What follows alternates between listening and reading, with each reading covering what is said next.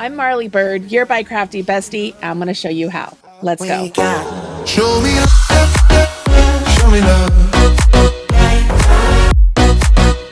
This is all we got. Show me love. Hello and welcome back. So the next step now is to move into what I call the window stitches. So one of these will be the front and one of these will be the back. So I'm going to set this one aside and I'm going to call this one the front. And this one is going to be the back. Now, what is the difference between the front and the back? Well, obviously the front is going to have a pocket or two, depending on what you want to do. Mine only had one. And the front is also going to have a V-neck that starts at a different point than the back neck shaping. So as you're working the back of the sweater, you're going to learn this window stitch pattern and you'll work it all the way up to the armhole. When you work the front, we're going to work the window stitch pattern up to where you will begin the pocket placement. Then we will work the pocket and continue on to the armhole. All right, so that's the plan. First thing I want to talk about is the selvage stitch. The very first stitch and the very last stitch of your row will remain in stockinette, which means when you're on your wrong side, I want you to purl that first one and purl that last one. When you're on your right side, you will knit that first one and knit that last one, okay? For rows 1 through 4 of the window stitch pattern, we are just going to knit. So keeping that first and last stitch in stockinette is very important, and it's easier to keep track of that if you have a stitch marker. So what you will notice is right here, I've worked my first stitch and I've placed a marker. And then I have worked my knitting, right? I did my knitting. I did my rows 1 through 4 of knitting. And all the way to the last stitch, I have my marker, and then there's my last stitch. So that way I remember that I'm supposed to purl that on the wrong side, knit it on the right side. What I need you to do is go ahead and work rows 1 through 4 of the stockinette window pattern. Like I said, it's just knitting, but you will keep those stitches that are at the start and at the end, keep those in stockinette. So that way, every time you're on the right side, they look like knits. All right. Once you have those 4 rows done, we can continue on to the window pattern.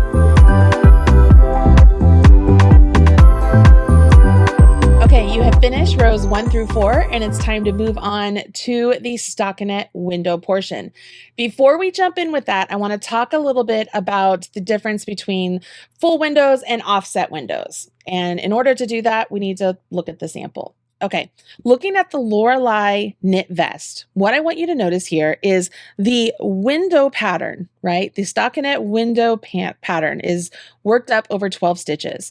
And what it does is it creates this lovely window of stockinette stitches separated by columns of garter stitches. Okay, so you have stockinette and garter.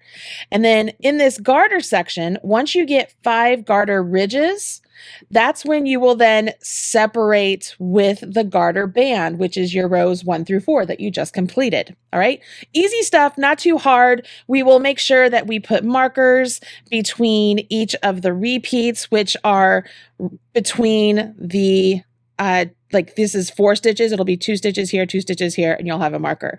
2 stitches, marker. So you'll be able to easily count 12 stitches between each of your markers. Okay, all of that is the same across all of the sizes. What's different is that in order to get the garter column right here down the center front of the vest, which is important because we continue that garter column along the neckline here. You see that? It's important because we use that garter column and along the neckline.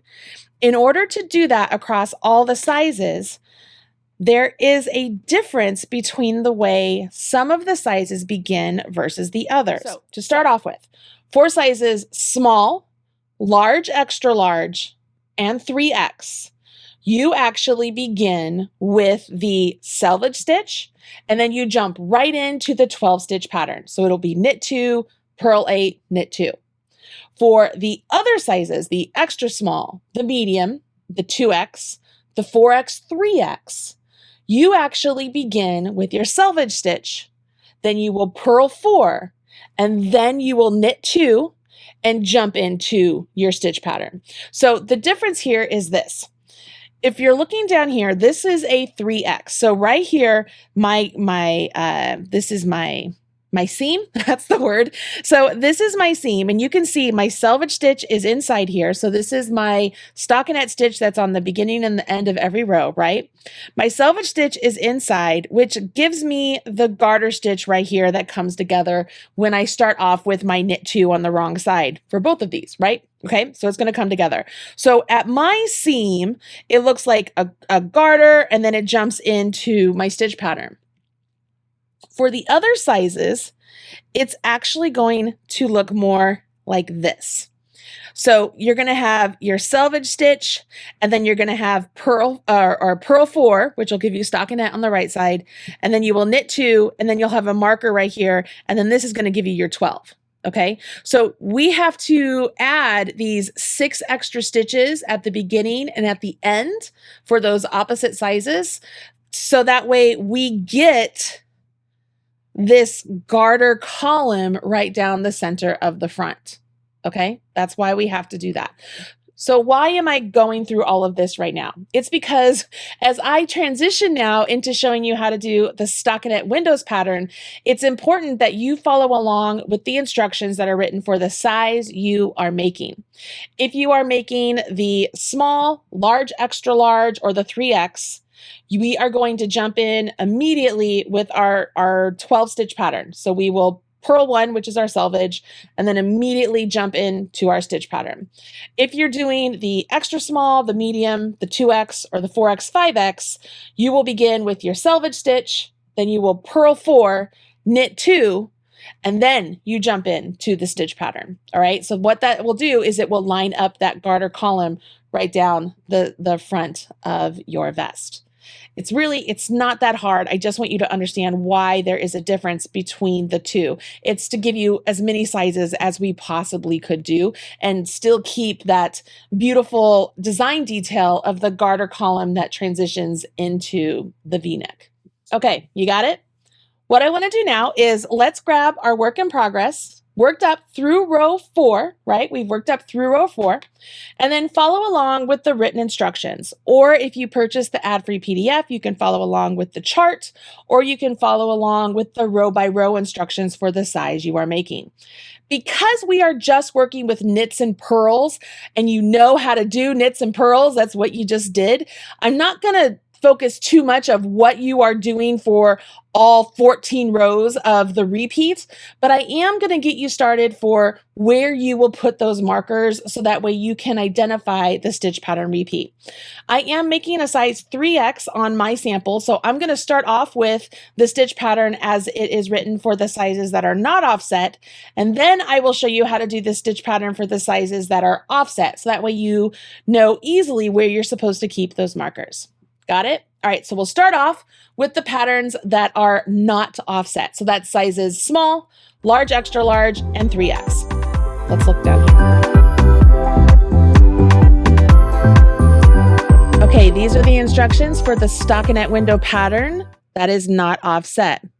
We begin with a purl 1 to keep our stockinette stitch selvage, right? Because we're on the wrong side. Keep that marker in place so that way you can always remember to keep that one a little different than the others. This is going to set up our 12 stitch pattern. We will knit 2,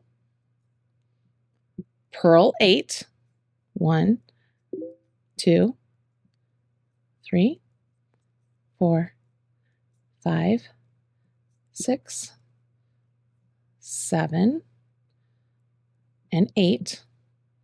And then knit 2, knit 1, knit 2. 12 stitches there. We're going to put our marker. This marker is going to make it really easy for you to identify if you messed up at any point in time between this marker and this one. All right. These markers are really, really helpful. All right. So now we know we're back to our repeat. So we start off with a knit 2. So knit 1, knit 2, purl 8, 1, 2, 3, 4, 5, 6, 7, and 8, knit 1, knit 2, place my marker. Okay, do it again. Knit 1, knit 2, purl 8, so 1, 2, 3, 4, 5, 6, 7, and 8, knit 2, knit 1, knit 2. Place a marker. Okay, we're going to do this all the way down, and we should end with our knit 2s down here. Slip our marker, and then we'll be able to purl 1. So let's go ahead and get down this entire row. Okay, so knit 1, knit 2, purl 8,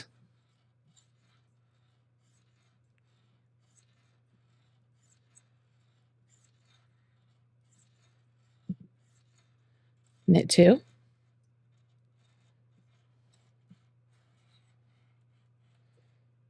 place our marker. Last one here. 1, 2, 3, 4, 5, 6, 7, and 8. End with knit 2, knit 1, knit 2, slip my marker, purl 1, and voila. I have all my markers in place, separating all the 12 stitches for the repeats. Okay, and you do this action row is what I call it on the wrong side. Okay, every time you're on the wrong side, that's when you are really concerned the most with the stitch markers and you're doing the action row. Why is that? Because on the right side, you just knit. So it becomes your sort of relaxation row because you literally will knit all the stitches. So you just knit across, and when you get to your marker, you will just slip them. And then when you get back to your wrong side, you know that you're supposed to knit 2, purl 8, knit 2, slip your marker. Okay. And what you will notice is as you're going along, you're going to be like, have I done enough rows? Should I do some more? You will actually count your garter ridges. After your band here, you'll count your garter ridges. And when you have 5 garter ridges, that's when you're ready to do the next band. So that's when you have completed all 14 rows and you're ready to do the repeat. And it just becomes very mindless, very easy. You don't have to think too much about it. You absolutely could watch a movie and do this. That's what I did. My daughter and I watched all of the Twilight series as I was knitting the sample, and it was just a relaxing knit, and I didn't have to think too much about it because it's just 2 stitches, and with the markers in place, I knew exactly what stitch I needed to do where, right? So I'm just going across, slipping my marker. Keep going here. I'm going to get to the end of this row, and then I'm going to show those of you who are doing the offset pattern how you would start. Once all this is set up like this, I'm good to go, and I'm just going to cruise right along, and it becomes a very addictive knitting project. I'm telling you, you're just going to be like, oh, I'm just going to finish this one window, and you'll out of nowhere be timing yourself when you're doing it. And then you're going to look at it. And if you're using a long color change yarn, you're gonna be like, wow, what's it going to look like when I do the next windows? Like, let's do this another one. And before you know it, you'll have them all completed. Like, it's just like super duper addicting. That was the best part about knitting this piece. And the fact that I'm knitting a second one, I'm just like, it's not daunting for me to knit a second one because I really did enjoy knitting it. So what you can see here is I'm starting to get the garter columns are starting to set up, right? So that would be 1 garter ridge. All right. So when I turn my work here, this is where I'm back to my wrong side. So I automatically know what's going to happen. I'm going to keep this first stitch in selvage. Keep it in selvage stitch. Slip your marker. Knit 2, right? Knit 1, knit 2. Purl 8.